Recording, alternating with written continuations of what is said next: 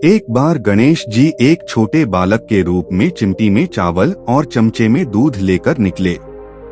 वो हर किसी से कह रहे थे कि कोई मेरी खीर बना दो, कोई मेरी खीर बना दो।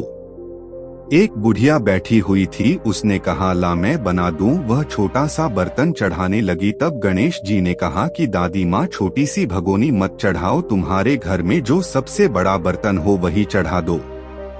बुढ़िया ने वही चढ़ा दिया। वह देखती रह गई कि वह जो थोड़े से चावल उस बड़े बर्तन में डाली थी वह तो पूरा भर गया है। गणेश जी ने कहा दादी माँ मैं नहाकर आता हूँ। खीर तैयार हो गई तो बुढ़िया के पोते पोती खीर खाने के लिए रोने लगे। बुढ़िया ने कहा गणेश जी तेरे भोग लगना कहकर चूल्हे में थोड़ी सी खीर डाली और कटोरी भर भर कर बच्चों को दे दी।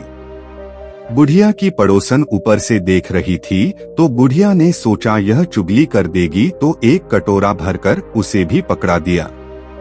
बेटे की बहू ने चुपके से एक कटोरा खीर खाई और कटोरा चक्की के नीचे छुपा दिया। अभी भी गणेश जी नहीं आए थे।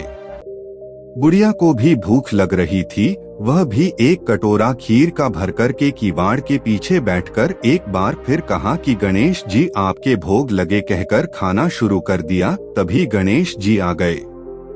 बुढ़िया ने कहा आजा रे गणेशया खीर खा ले, मैं तो तेरी ही राह देख रही थी। गणेश जी ने कहा दादी माँ मैंने तो खीर पहले ही खा ली। बुढ़िया ने कहा कब खाई? गणेश जी ने कहा जब तेरे पोते पोती ने खाई तब खाई थी, जब तेरी पड़ोसन ने खाई तब खाई थी, और जब तेरी बहू ने खाई तब भी खाई थी, और अब तूने खाई तो मेरा पेट पूरा ही भर गया।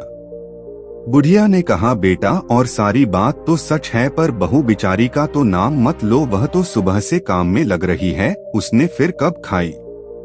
गणेश जी ने कहा चाची के नीचे देख झूठा कटोरा पड़ा है, और तूने तो मेरे भोग तो लगाया, वह तो वैसे ही खा गई। बुढ़िया ने कहा बेटा घर की बात है, घर में ही रहने दो। अब बताओ बची हुई खीर का क्या करूं? गणेश जी ने कहा नगरी जी जीमा दो। बुढ़िया ने पूरी नगरी जीमा दी, फिर भी बर्तन पूरा ही भरा था। राजा को पता लगा तो बुढ़िया को बुलाया और कहा क्यों री बुढ़िया, ऐसा बर्तन तेरे घर पर सोवे अच्छा लगे या हमारे घर पर सोवे? बुढ़िया ने कहा राजा जी आप ले लो। राजा जी ने खीर का बर्तन महल में मंगा लिया। लाते ही खीर में कीड़े मकोड़े बिच्छू कंचले हो गए और दुर्गंध आने लगी। यह देखकर राजा ने बुढ़िया से कहा बुढ़िया बर्तन वापस ले जा, जा तुझे हमने दिया।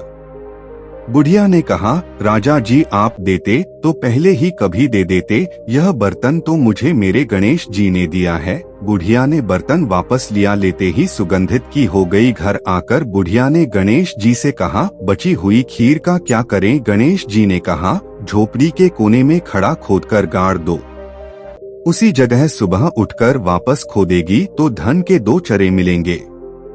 ऐसा कहकर गणेश जी अंतर्ध्यान हो गए। जाते समय झोपड़ी के लात मारते हुए गए तो झोपड़ी के स्थान पर महल हो गया। सुबह बहू ने फावड़ा लेकर पूरे घर को खोद दिया तो कुछ भी नहीं मिला। बहू ने कहा सासू जी थारो गणेश जी तो झूठों है। सास ने कहा बहू मारो गणेश झूठों तो नहीं है, ला मैं देखूं। वह सुई लेकर खोजने लगी तो टोन टोन 2 धन के चरे निकल आए। बहू ने कहा सासू जी गणेश जी तो साचो ही हैं।